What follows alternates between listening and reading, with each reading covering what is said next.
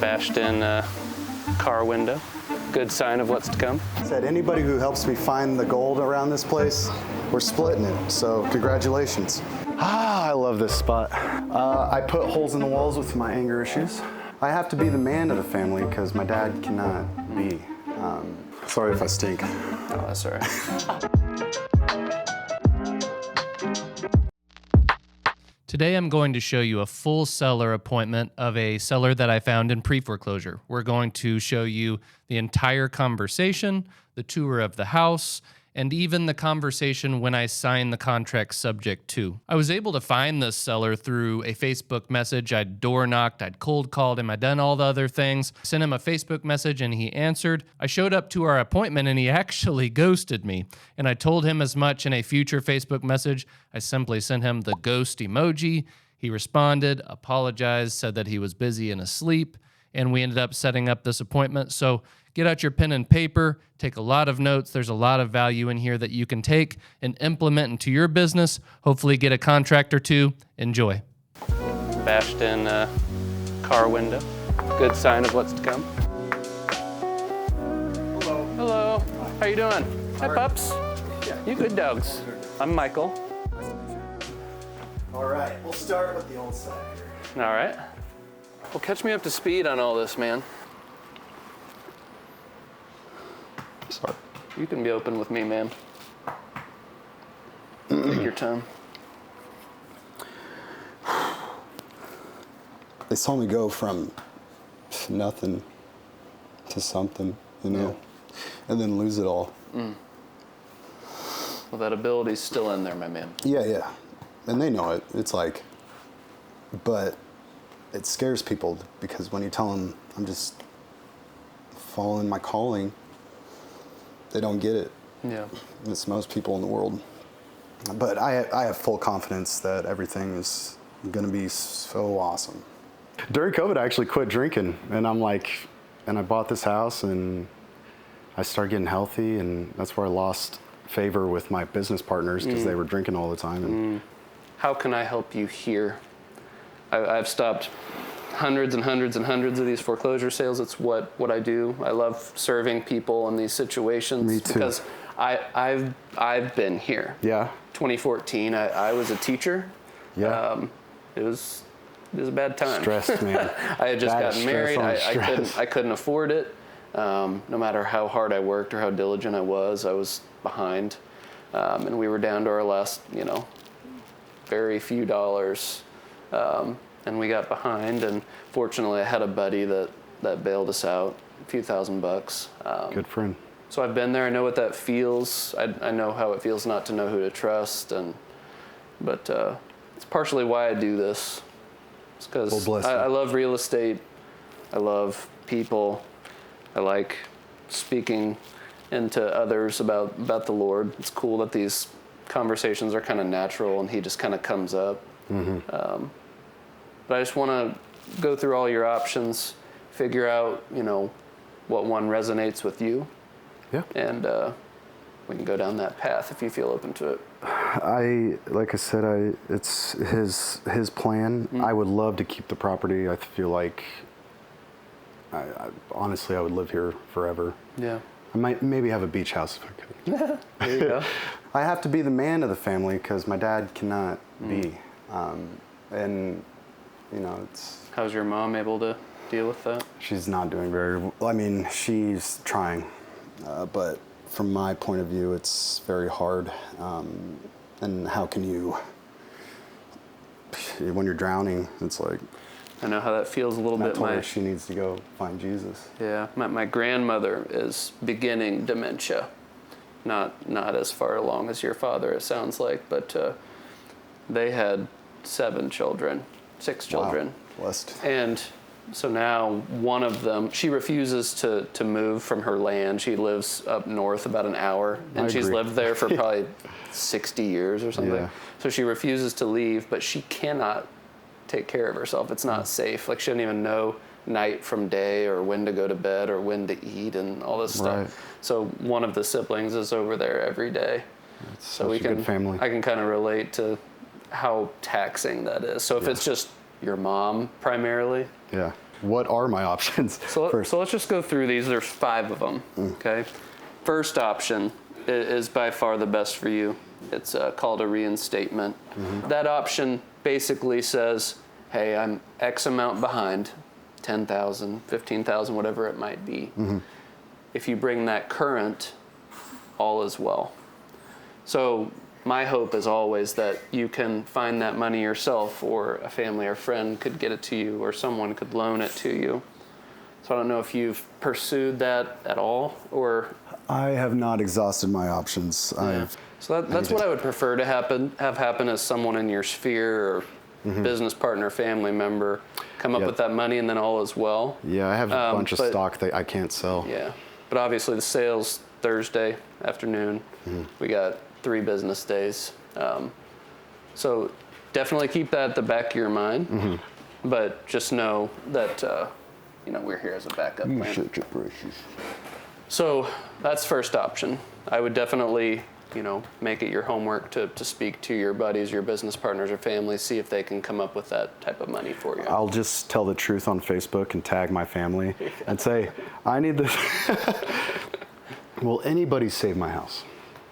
Second option, assuming that you're not able to come up with those funds, is a loan modification. Loan modification basically means your lender. Who's your lender on this house? Citizens. You would work with them, fill out their litany of paperwork, and hopefully they would wrap that into your loan. I'll tell you that's probably not going to happen with them. Probably not at this point. Have you spoken to them though? Yeah, because when this happened to me before and I was late on a few payments, they're like, well, you can go to this website. It's like, thanks for all the help. I knew it was hopeless. There's just the systems that have been built. But in 3 days, it's going to be really hard to do that option. So let's count that out. Third option is my least favorite, but very effective. I don't know if you've looked into a bankruptcy yet, but a Chapter 13 would stop the sale immediately. It would like that number. It would probably delay it 60 to 90 days. Sick. But here are the things to think about. Number 1, your credit will be even more trash than it already is. Okay? What's less than crap? Number 2, it would stay with you for 6, 7, 10 years on your record. So if you were trying to launch a business, trying to get some money, trying to rent an office space, whatever the heck you're trying to do, you would have to go hire an attorney, find that person. Okay. They would want a couple $1,000s up front. Okay. Of which that may be hard to find. And then if you did file, let's say you filed, right? It stops the sale, done. It extends the sale 60, 90 days. Well, during that time, your reinstatement's building. So instead of 12 or 15,000, it's 20,000 now. It's hard to do a loan modification with your bankruptcy on your record. So there's just some things to think about. Yes. To me, that is a Hail Mary approach that you do at the last moment, if absolutely necessary. No worries. What's the next option? Option 4 is a cash sale. Pretty simple. You could work with anyone of your choice, accept a cash offer. They'd pay off the note. Hopefully, you'd come away with some money. Cool. Okay. 5th option is something that might be of interest to you. It's called Subject 2. Subject 2 is just a fancy way of saying that I could reinstate the loan. So I would bring the 12, 13, 15,000, whatever it is. I would reinstate the loan. I would take ownership of the house. Yeah. The loan would stay in your name. So that's the good thing, is that payment stays reasonable. Like you got in didn't you get in a really good rate? Yeah, I was blessed. What'd you get it at? 2 1/4. Right. At So 250. 2 1/4 is probably a third of what you could get right now if you got a loan, 7-8%. Yeah. Right. So that loan is impossible to get. So in this situation, it provides some flexibility. I reinstate the loan. I take ownership of the house because the payment I like every that month, option the best so far. the payment stays so low. Maybe you guys could stay on as long-term tenants if you decided to work it that way. Then I love that idea. If this worked, you have a couple options from there. Let's say in a few months, 3 or 4 months down the road, you're like, this renting thing's fine, but I just feel like God's calling me to do something else somewhere else. Absolutely. In that situation, we could then list the house full retail, put some money in it, maybe partner on it, do these things. That's one option. You saved the best for last, didn't you? Yeah, of course. Then another option is that this has been cool for probably half a dozen people that I've worked with over the years. It doesn't happen often, but it has happened. Is people will allow me to buy it subject to. Maybe they're going through a really rough patch, then they get a job or get traction again, and they're like, hey, it's been a couple years, I actually can get approved for a loan now. And they've bought the house back. Yeah. Which has been kind of cool. Let's buy the neighborhood together. Yeah. Yeah. Yeah. No, I like that. But that subject to option provides flexibility, is what it does. Let's do that one. I like that one. Let's do subject to. I'm glad to have met you. I'm glad to have met you too. I knew that ghost emoji was yeah. I was like, that's my emoji. I'm an investor. I want to make money. You're a business guy. You want to make money. But at the same time, I want the other side of the table to win too. It's like I used to be a teacher, so I had to put a ton of work into these kids. I hired so many teachers. So it's just like, it was a really hard job, but it was rewarding when you saw the kid kind of improve. Yeah. It's like, that's what I want for you too, is to win. Yeah. I just want us both to win. Absolutely. Well, let's take a look at this place. Yeah, it is awesome. First, let's start with the creepy basement. Okay. Because this was a 1930. Yeah. Real fireplace. Yeah. I took the mantle down, and there was a paste stub that had heat reactive ink on it. This place is a treasure map.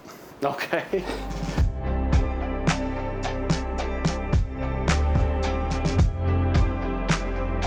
There's a whole nother section over there. Is there really? Yeah, so I said, anybody who helps me find the gold around this place, we're splitting it, so congratulations. So there's another side of the basement over there? Yeah, so I pulled up that hutch that was over there. It's bolted to the wall. I was like, what the hell is this? You see that?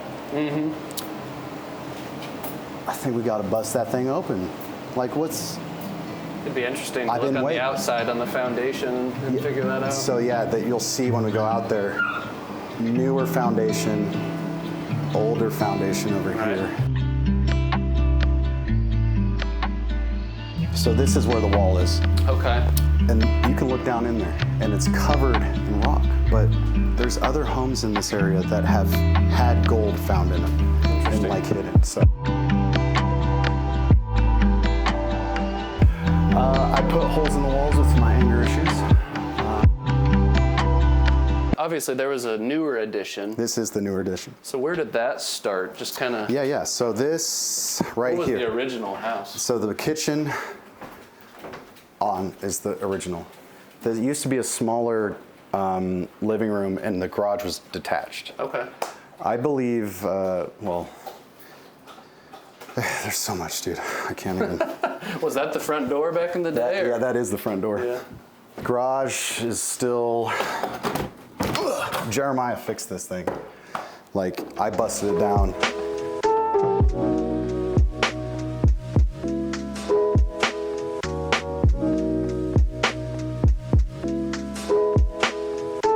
As you can see, this is 6 months or a year of just nonstop anger. I understand, man. My girl's the strongest person I've ever met. She's still hanging out with you, or? She shows up every few days. She's having a hard time.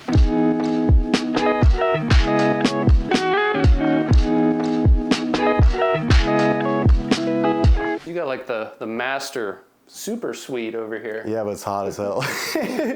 Yeah. Is the AC just down, or is it? Yeah, it's just a simple fix. This guy that goes by Krabs has said he'll fix it. He's got a missing 3 fingers. He's like, I'm Krabs. What's up with it? Just in case we were to have you stay. I can't remember the word. Does it just need more Freon, or is it? It's like a bezel. Needs a part or something? And yeah, he knows exactly what it is. Okay. And it's a big unit up there, so it's heating up. I love this spot. That pool's awesome. How long's it been like that? Well, my girl was looking for a sign to not kill herself one night, and the pool exploded. And it was last summer. I heard it, boom! And it's because the water, well, it was a sign. And she came in and she's like, ah, and she needed it. Did I tell you how much pain I've been in running by your house for years at a time? With the front, yeah. Dude, I hate running. I coached the cross country team at Blue Springs, and one of our hardest runs is called the Valley View Run. And so it's really hilly road, so you'd have all these hill repeats where we were busting it.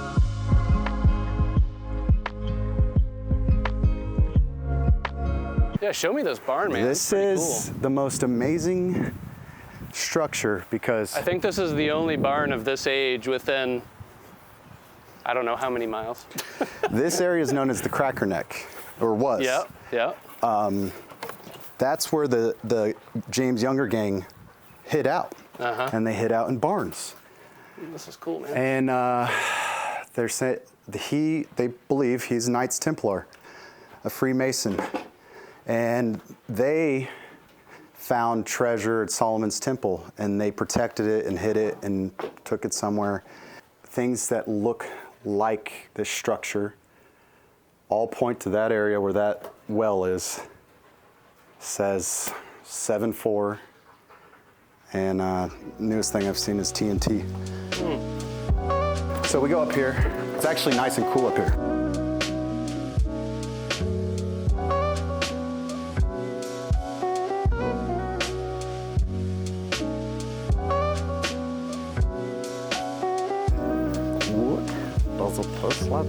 I found all these just barely digging. We think this water covered this area. We know that they were blowing caves up when those additions were coming in. They're using TNT to blow things up. Right. Because it's all like this. But there are caves all around here. What's up, Jeremiah? Join us on our walk. See you again. Okay, nice to see you. Yeah, I don't know who put it in. I found that stake here. We had the metal detector, and I was so hot and dehydrated, I almost passed out. I'm going, I see all these stupid holes. Yeah. And he was helping me dig. I'm glad the tree missed your house. Yeah. So you want to do the subject to route? Absolutely. I want to work with you. Okay. So I've got the paperwork here. We can walk through that, see if you're comfortable with it, ask any question known to man. I trust you. Usually what I do in these situations is fill out the paperwork. I'll get the process started with my title company, try to get a postponement with citizens. If for whatever reason you came up with the money or something happened before the sale, I'll rip it up, man. I'm not in the business of taking people's houses. I really want you to win. You're awesome. I just want to be a backup plan. Bless you. You're a good dog. He is the best.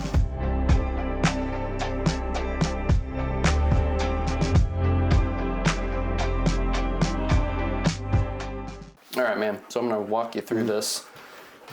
It's a little bit long just because the relationship can be long. So imagine you have 27 years on your note left, give or take, if you bought it 3 years ago. It could last the life of the loan unless we decide that we want to do something different. So there's your property address, legal description. This is approximately what is on your principal, 227. There's give or take 12,000 in arrears. It showed online that your opening bid is around 234,000, so that's what I'm going off of as what's owed. Okay, we're gonna try to close this thing before the sale on Thursday, and we're gonna use a guy named Rick Davis. Rick Davis Rick Davis. I used to work for him. You kidding? Yeah, one eye Rick. Synchronicities. Yeah. You in real estate? No, I'm not in real estate, but I used to help him fix properties here and there. No kidding. Yeah. Small world. Uh-huh. So in terms of all the cost to close this house, I pay for all of it. Okay. So all of the escrow fees, the title policy. I don't think there's an HOA here. Nope. Any of that I type am of stuff the HOA. I'm paying for, so you are completely $0 out of Bless you. pocket to do that. This is talking about all of the documents included in here. There's one called the subject to addendum that basically just lays out what is subject to. That way you know every aspect of the type Subject T-O, T-W-O? Okay, yeah, T-O. like subject to the existing Gotcha. mortgage. I thought it was like subject 1, subject 2. Yeah, like this. Who does number 2 work for? Sorry if I stink. No, that's all right. if you wanna read this at night and bore yourself to sleep, you can. I read This whole- history now. Yeah, well, you're a history buff, so you might do it. But this is a whole page based on the inspections and stuff. I've already done that. I've walked the property. Well, there you go. You earned it. Okay. These other guys didn't earn anything. What was the difference? Them? Yeah. They're just chicken. I don't mean? know. I don't know. They're phonies. So again, this whole page is about inspections and different way to prorate costs, but I'm taking care of all that. You're gonna get a copy of this when I leave. So Excellent. don't I feel love copies. Yep. This is all talking about closing costs again. Feel free to bore yourself if you want to read all that. So this page is important to you. Let's say I buy the house subject to. I'm making payments. Then the good Lord takes me home and all of my fail-safes fail. I stop making payments and I default. What happens? Okay? This is actually the best case scenario for you because I've brought the house current. No, don't say that. Well, hopefully you don't want me to die. But just in case. I love you. Come on now. Just in case, I bring the house current. Okay, over time, the house appreciates. Maybe I make some repairs on it. If for whatever reason I defaulted, it would transfer back to your ownership. Okay. So in that situation, you're in great Could we shape. put it where your family gets? Well, that's not how it works. I have to do my side of the coin. If Well, I I do my want it, side, everything's yeah. good. If I don't do my side of the coin, you should benefit. This is the agreement that I really want you to understand and ask questions about if you want to. I'm listening. Okay? First couple of pages are legalese. Here's all the disclosures for subject to and what it entails. Okay? When we close, you don't own the house anymore, but the loan stays in your name. I'm reinstating the loan. Okay? That money that I reinstate the loan with, that 12 or 15 grand, it's not a loan. You don't have to pay it back. Okay? It's an investment on my part. Cool. Okay? The existing loan that's in place with Citizens, it's not paid off. It's just caught up. Okay? So you do still have continuing liability on the loan in case I were to ever get, taken home by the Right. good Lord or abducted by aliens. But if I were to not make payments for an extended period of time, we would be back where we're at right now. And that ain't happening. That's not happening. 150 houses a year. Let's make it It's not 300. happening. Let's make Okay? it. This loan will stay on your credit report, but as a side benefit, I'll make payments every single month, and over time you'll get a little boost to your credit, which is kind of nice. Now, there is My a credibility. very rare, probably 1 in 250 transactions with subject to, there's something called the due on sale clause, where the lender could say, oh, I saw a transfer from Charles to Michael. I want to call the note due. In that case, I would just pay the house off.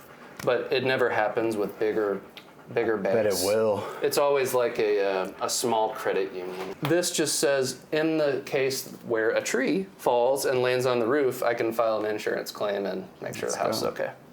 This says that you shouldn't cancel the insurance that's in place. The lender wouldn't let you anyway, but I'm paying for that every month. But this just allows us to order the payoff from Citizens and get that information. Cool. Okay. This one freaks people out a little bit. It's a durable limited power of attorney. That doesn't mean I have control over your life or anything. It means that I have control over this house. I sign it and you go, ho, ho, ho, ho. Yes. So, for example, if I wanted to call the mortgage company and speak to them freely, it allows me to do that. Yeah. If I wanted to change out insurance or something, it allows me to do that. I don't want to talk to them because they'll start yelling. But that's all that this document allows me to do. I'm going to have to come back another time because this one has to be notarized. So we'll I know a talk about that another notary. time. Who's your notary? I have a notary on my team, so you don't have to worry about that. Any questions on this stuff? Let's get it signed. Cool. Well, man, I don't want to keep you. Can I pray for you before we leave? Yes, please. All right. Lord, thank you for bringing me and Charles together. I know this is a tough time for him. I know he's gone through a lot, but you're a big God and you can handle any situation. I pray that you're with the title company, the lenders, all the people involved in this situation. I pray that you'll just make this situation smooth and easy so that we can get out to the other side safely. Pray that we have a good long-term relationship. Pray that we work together and that taking this house off of his shoulders can allow him some room for creativity and getting closer to you and so he can realize his potential and his purpose for his life. Pray that you just have your hand on this situation. I pray that everything ends up okay. Pray that you put your hand on this man over here. Give him peace, give him calm. Just give him a sense of peace in his whole life. Pray this in your name. Amen. Amen. Hopefully you got some value from that kind of fly-on-the-wall look at a seller appointment. Hopefully you've taken a nugget or two away on how you can connect with the seller, how you need to be patient and listen to them, how you've got to go over all of their options and really be a trusted advisor more than an investor. So study this video, take it back to your business, implement everything you learned. If you learned something, please like, comment, subscribe. It means a lot to me, and I'll see you on the next one.